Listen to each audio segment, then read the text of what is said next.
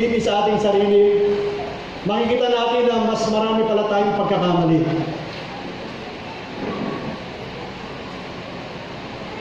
Ministry of Healing, page 494. Tandaan mo na hindi mo mababasa ang puso.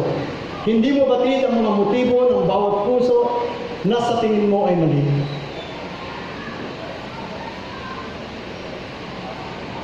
Marami ang hindi nakapag-aaral at tamang edukasyon. Ang kanilang mga ugali ay magagaspang, sa tingin mo ay mga liko sa lahat ng aspeto. Subalit, tanging ang habag o grace lamang ng Panginoon, Jesucristo, ang makapagbabago nito. We cannot change them.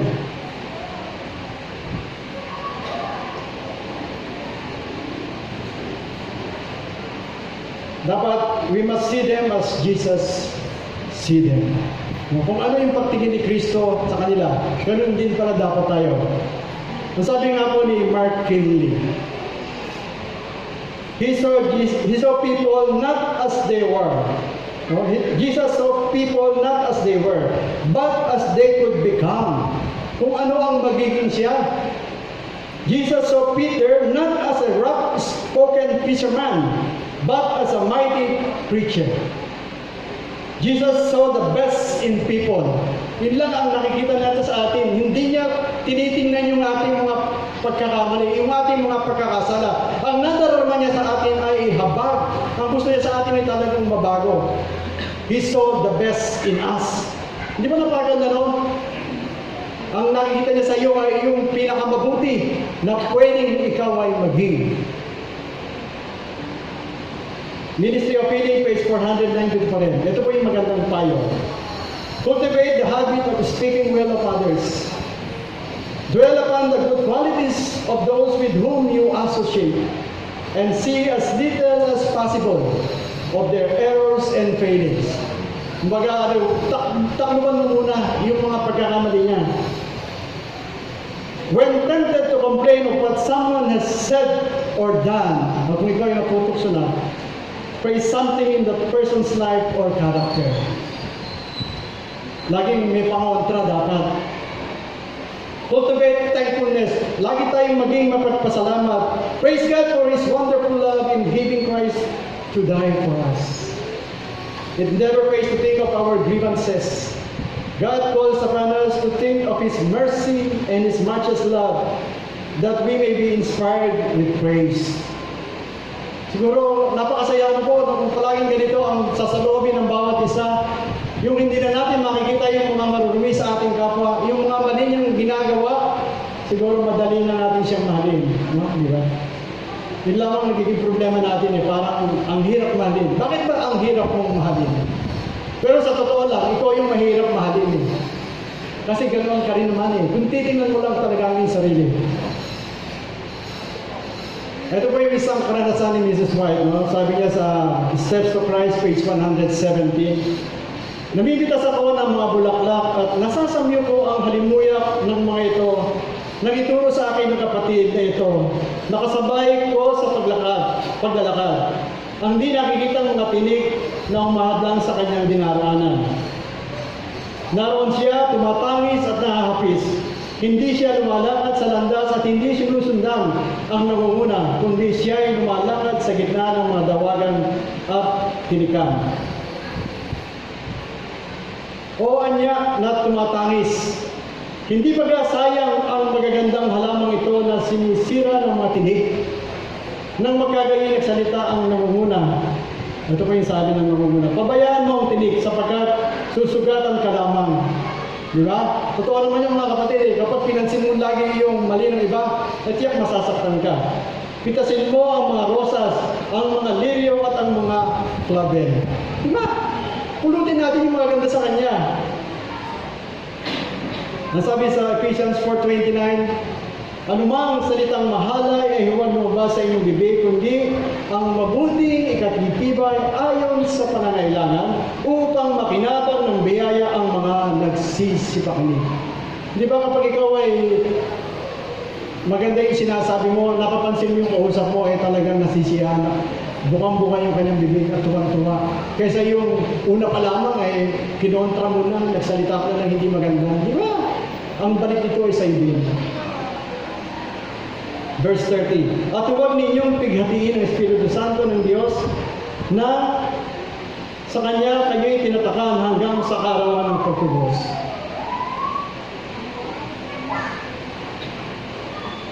Verse 31. Ang lahat ng kapaitan at kagalitan at pagkakaalit at kadaldalan at panlilibag ay mag-aalis nawa sa inyo. Mga-alis nawa sa inyo, pati ng lahat ng masasamang akala. So napakabuti ng ating Panginoon. Itong lahat ng mga hindi magaganda ito, ang sabi niya ay dapat sana maalis na sa inyo. Huwag na mamutawi sa inyong mga labi ang hindi mga magagandang salita.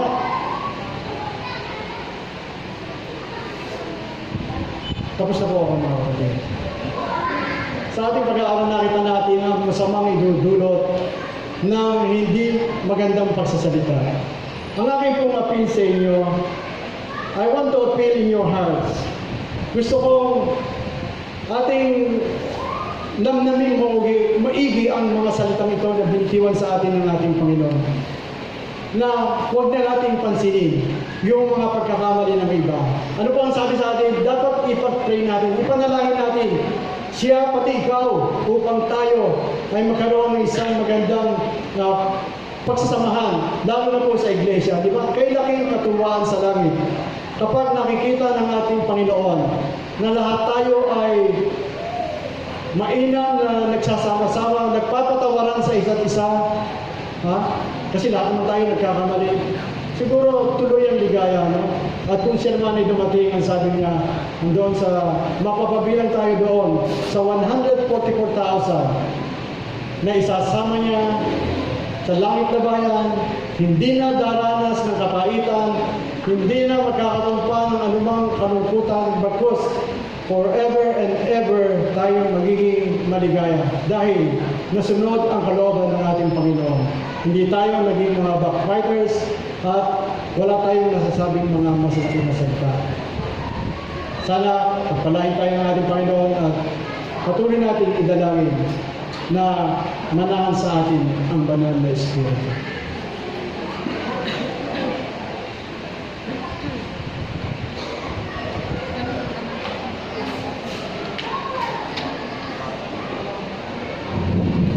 Para po sa ating pagtatapos, awitin po natin ang Holy Zion, hymn number 191.